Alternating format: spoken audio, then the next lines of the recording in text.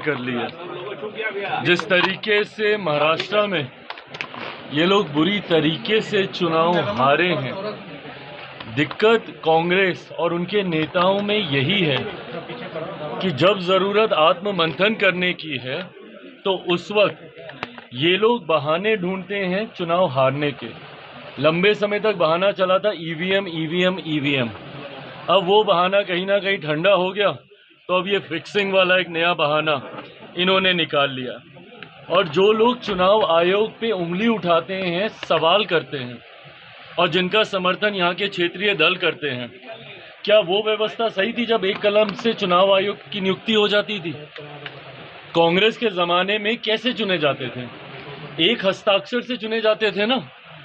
आज तो फिर भी ये व्यवस्था बना दी है कि जब तक विपक्ष के दल की सहमति, रजामंदी नहीं होगी, एक कमेटी का गठन कर दिया गया जिसमें एलओपी की भी भूमिका है, उसके बाद इनकी नियुक्ति होती है। तो एक ऐसी व्यवस्था पे इनका प्रश्न चिन्ह है जहां पे एक समिति के द्वारा इलेक्शन कमीशन को चुना जा रहा है। पर जब कांग्रेस के ज़माने में एक हस्ताक्षर से चुन लिया जाता था, वो व्यवस्था सही थी। हकीकत है कि अगर इनको किसी एक व्यवस्था में नुक्स निकालने हैं, किसी एक संस्था में नुक्स निकालने हैं, तो वो कॉन्स्टिट्यूशन बॉडीज नहीं है, वो इनकी अपनी पार्टी है, कांग्रेस की पार्टी।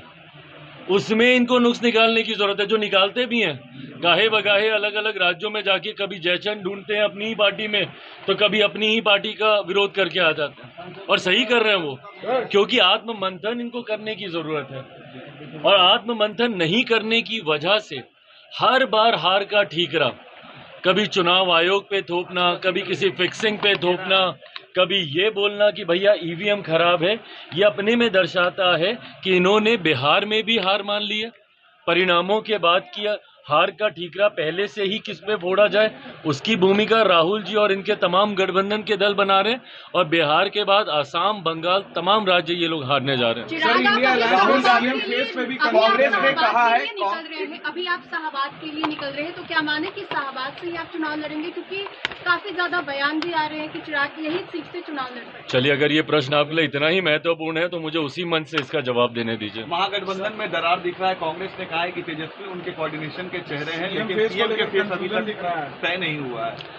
हाँ, तो ये इनके गठबंधन में ये हमेशा की परिस्थिति रही है भाई, हमेशा की परिस्थिति रही है। अपने सहयोगी के साथ भी रहेंगे, उनका साथ भी नहीं देंगे।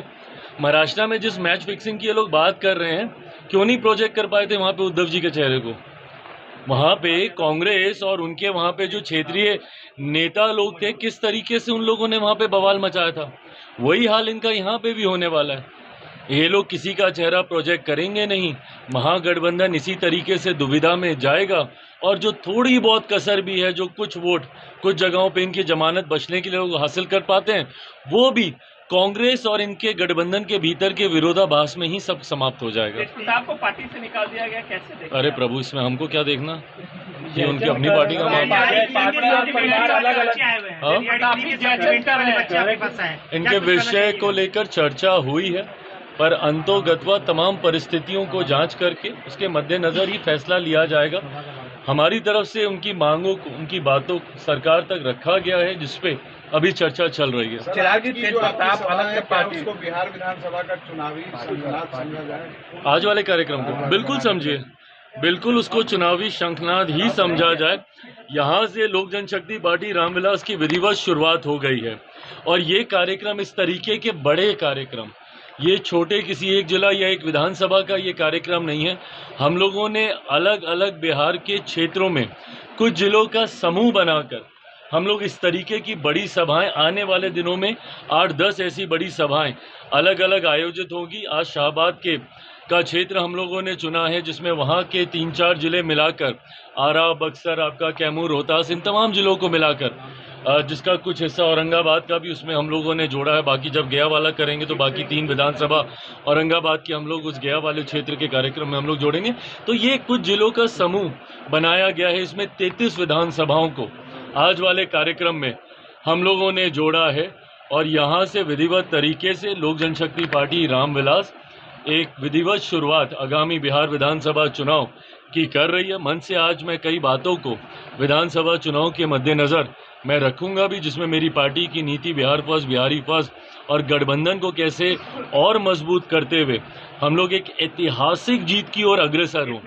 इस बार छोटी जीत से हम लोग संतुष्ट नहीं होने वाले, वो तो हो ही रही है, पर इस बार लक्ष्य है कि ऑल टाइम हाई पर हम लोग जाएं, 225 से ज़्यादा एनडीए सीटें जीतकर इस बार सरकार बनाएं। इस लक्ष्य के साथ हम लोग बढ़ रहे हैं। आपको कितनी सीट चाहिए? आपको कितनी सीट चाहिए? प्रभु, ये मैं बता दूंगा कि मुझे कितनी सीट